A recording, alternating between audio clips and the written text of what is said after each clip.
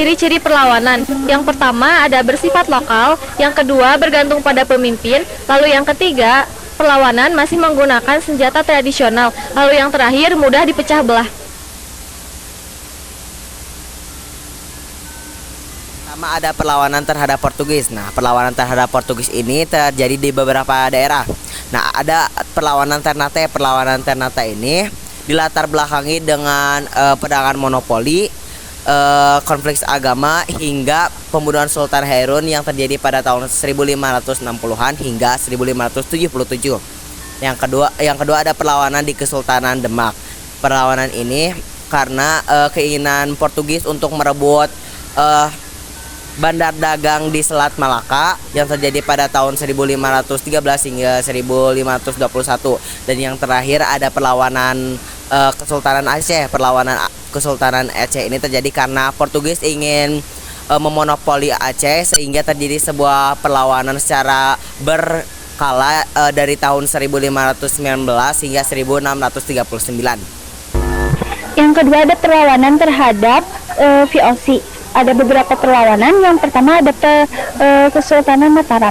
Nah, jadi Sultan Agung Hayat-Kusumo ini menganggap bahwa kehadiran VOC di Batavia ini menguasai kekuasaan Mataram di Pulau Jawa dan terjadilah peperangan terhadap VOC. Yang kedua ada Kesultanan Goa atau Makassar. Jadi perang ini terjadi karena VOC ingin mendapatkan hak monopoli perdagangan di Indonesia Timur dan VOC memblokade pelabuhan kapal-kapal di Sambato. Selanjutnya ada perlawanan Belanda. Yang pertama yaitu perlawanan Patimura. Banyak sekali yang melatar belakangi perlawanan Patimura, salah satunya karena terjadi monopoli perdagangan dan sikap arogan dan sewenang-wenang dari residen Saparua yaitu Van den Berg. Selanjutnya perlawanan Diponegoro. Penyebab terjadinya perlawanan Diponegoro adalah karena ketidaksenangan Pangeran Diponegoro terhadap campur tangan Belanda. Selanjutnya perlawanan Kesultanan Palembang 1804 sampai 1821. Dilatar belakangi yang pertama, Belanda ingin menguasai perdagangan timah dan pemerintahan di Kesultanan Palembang. Yang kedua, Belanda ingin menguasai Palembang karena wilayah ini strategis dan kaya akan sumber daya alam. Yang ketiga, Belanda dan Inggris saling berperang untuk menguasai Kesultanan Palembang. Yang kelima ada Perang Padri. Perang Padri ini berlangsung di Sumatera Barat pada tahun 1803 sampai 1838. Perang ini adalah perang saudara yang berakhir menjadi perang melawan kolonial Belanda. Yang perang ini dibagi menjadi beberapa bagian. Yang pertama ada perang saudara terlebih dahulu antara kaum Padri dan melawan kaum adat. Pemicu perang ini karena perbedaan prinsip agama dari dua belah pihak dan terjadilah perang saudara. Yang kedua ada kaum Padri melawan adat dan Belanda. Pada tahun 1821 kaum adat meminta bantuan kepada Belanda untuk menyerang kaum Padri dan menandatangani penyerahan Minangkabau. Dan kaum Belanda pun menyerang kaum Padri lalu membangun benteng batu sangkar. Nah, yang ketiga ada perlawanan kaum Padri dan kaum adat melawan Belanda.